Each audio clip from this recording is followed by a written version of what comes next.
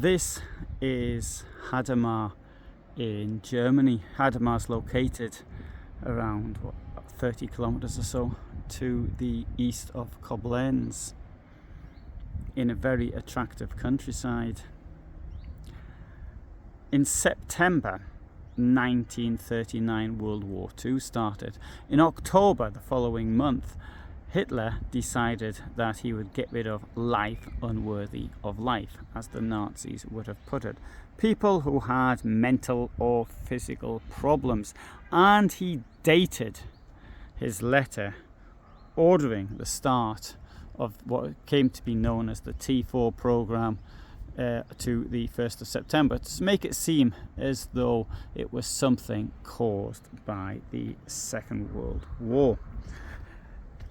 In 1933, Hitler said to his then the medical director for the Third Reich that he would like to introduce euthanasia, or not really euthanasia, it's forced euthanasia, it's murder. But he realized that it couldn't be done in peacetime. But it was something he considered that could be done in wartime. Thus, the letter of the 1st of September, or dated the 1st of September 1939. The first center in Germany killing people was set up in Grafeneck. The first victims were murdered in January of 1940. However, almost immediately after the invasion of Poland, even whilst the battles for Poland were going on, there were mass murders in Polish care homes, or people from Polish care homes. First place happened at Piaśnica Wielka, but I've actually described in some videos what was done by likes of the Royal Commando Ayman, for example, in Polish Pomerania. The killings, for example, at Stargard Gdański in the care homes there, or the care home at Świecie nad Wisłą, for example. Hadamar was the 6th centre set up in Germany proper. And so the first being Grafeneck. When Grafeneck was closed, Hadamar was set up. Between January and August of 1941, around 10,000 people were murdered here. That was for phase 1.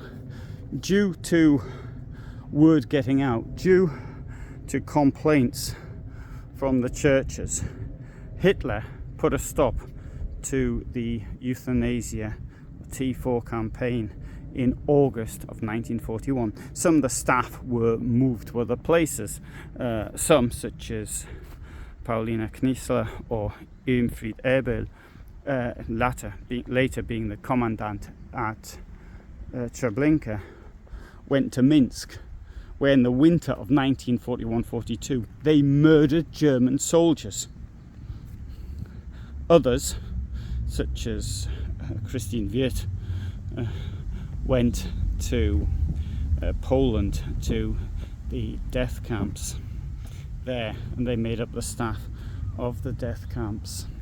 People who'd learned their business here, mainly burning corpses of the victims.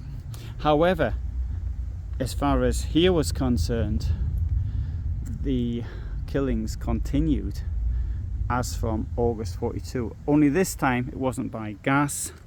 It was done in a much more secretive manner, without the buses, the grey buses that everybody recognised, bus company Gekrat, and the transport company, ambulance company. And the victims were brought here, and places like this, they were killed by a variety of means. It could be by deliberate starvation, it could be by overdoses of drugs, one being luminol, it could even be an injection of air, and that produces an embolism. And the victims of those crimes ended up in the cemetery I have just walked through.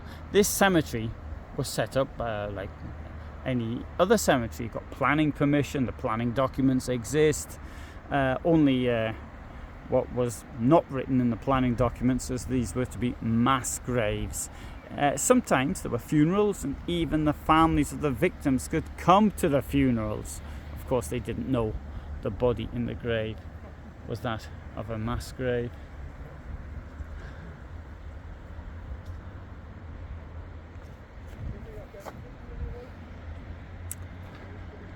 So this is the cemetery. This is a view of the town of Hadamar, and let's go back into the cemetery.